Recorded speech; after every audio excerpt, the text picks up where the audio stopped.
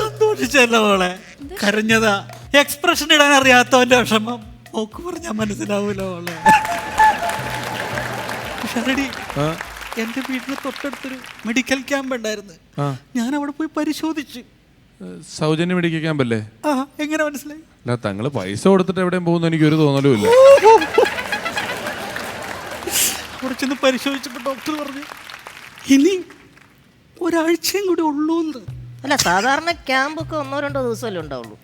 ഇതെന്താ ഒരാഴ്ചത്തെ ക്യാമ്പ്? ക്യാമ്പല്ല, പിന്നെ ഞാൻ ഒരാഴ്ച കൂടി ജീവിച്ചിരിക്കുള്ളൂ.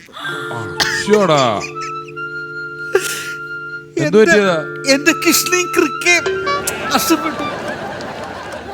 ചേട്ടാ, കിഡ്നിയും വൃക്കയും ഇതൊന്നും അറിയില്ലേ?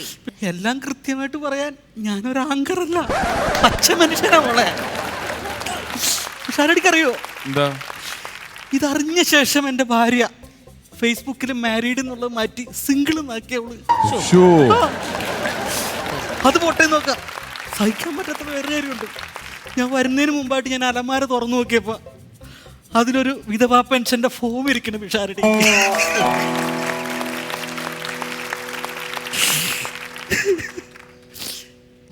പിന്നെ ആകുള്ളൊരു സമാധാനം, സ്വത്തിന്റെ കാര്യത്തിൽ എൻ്റെ മക്കൾ തമ്മിൽ ഒരിക്കലും കലഹിക്കില്ല.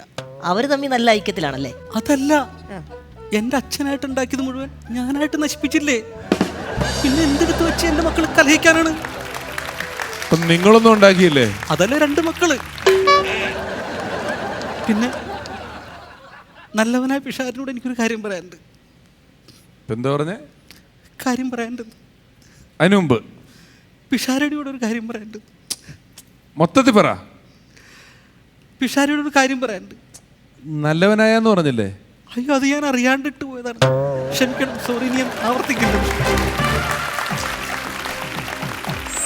പിഷാരടിയോട് ഞാൻ എന്തോരം ക്രൂരതയാണ് ഈ വേദിയിലൊന്ന് കാണിച്ചതെന്ന് അറിയാമോ? എന്തോരം ക്ഷമിക്കാൻ പറ്റാത്ത കാര്യങ്ങൾ ഞാൻ പിഷാരനോട് ചെയ്തിട്ടുണ്ട്. അതൊക്കെ ഓർക്കുമ്പോൾ എനിക്ക് അതിന് പ്രായശ്ചിത്തമായിട്ട് പിഷാരടി എന്നൊരു ഇടിക്കണം. ഇടിക്കൂലേ? ഇന്നലെ വരെ അതെന്റെ ഒരു ആഗ്രഹമായിരുന്നു. ഇന്നെന്റെ ഒരു ആവശ്യമായിട്ട് മാറിയേക്കണം. അല്ല, നിങ്ങള് ഇല്ല, ഞാനത് ചെയ്യില്ല. ഇങ്ങനെ ഒരു അവസ്ഥയിൽ നിങ്ങളെ ഇടിക്കും പറഞ്ഞു കൊടുക്കും. അല്ല പിഷാരടി, പുള്ളി എന്തായാലും ഒരാഴ്ച എന്നിങ്ങനെ പറയുന്നുണ്ടല്ലോ. അസുഖം വന്ന ഒരാളുടെ ഒരു ആഗ്രഹം നമ്മൾ സാധിച്ചു കൊടുക്കുന്നു. അത്ര ഒരാഴ്ചക്കകം മരിക്കുമെന്ന് എന്നോട് പുള്ളി, നിങ്ങൾ ചെയ്ത ക്രൂരതകൾക്ക് ഞാൻ നിങ്ങളോട് ക്ഷമിച്ചാ പോരെ? ഞാൻ ക്ഷമിച്ചിരിക്കുന്നു. ഇല്ല, ഞാൻ ക്ഷമിച്ചിരിക്കുന്നു ചേട്ടാ. ഒരു ഇടി എന്നെ ഇടിച്ചില്ലെങ്കിൽ എന്റെ ആത്മാവ് ചെയ്തു കൊടുക്ക്. ഡയനെ ഞാൻ എന്ത് ചെയ്യണം? ഡയനെ ആഗ്രഹം പറഞ്ഞതല്ലേ, ചെയ്തോ ചേട്ടാ. കേട്ടോ, ഒരു നിങ്ങളെല്ലാരും അങ്ങനെ പറയണേ, ഞാൻ ചെയ്യാം.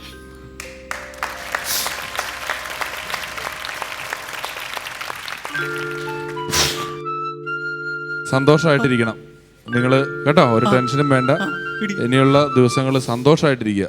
നിങ്ങളുടെ എല്ലാ സന്തോഷങ്ങളും ആഗ്രഹങ്ങളും നടത്തിയിട്ട് വേണം കേട്ടോ. നിങ്ങൾ ചോദിച്ചുകൊണ്ട് ഇടിക്കും പിഷാരടി, മടിക്കാണ്ട് ഇടിക്കും. ഇടിച്ചോളൂ, ഞാൻ നിന്ന് തരാം. എന്തിനാ പേടിക്കണേ? ഒരാഴ്ചയല്ലേ ഉള്ളൂ. ഞാൻ ഇടിച്ചു മറിക്കുന്നത്.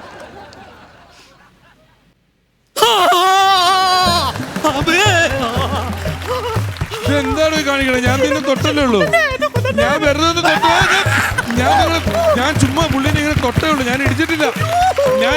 ഞാൻ പുള്ളിനെ ജസ്റ്റ് പുള്ളി പറഞ്ഞുകൊണ്ട് പുള്ളിനെ ഒന്നിങ്ങനെ ഞാൻ തൊട്ടല്ലേ ഉള്ളൂ.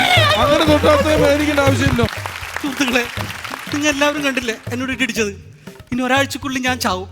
സത്യം, ഈ സമൂഹത്തിനോടൊക്കെ നിങ്ങൾ വിളിച്ചു പറയണം, പിഷാരടിയാണ് എന്നെ ഇടിച്ച് കൊന്നെന്നുള്ളത്. ചത്താലും നിന്നെ വെറുതെ വിടൂല. ഞാൻ തന്നെ ഒന്ന് തൊട്ടല്ലേ ഉള്ളൂ.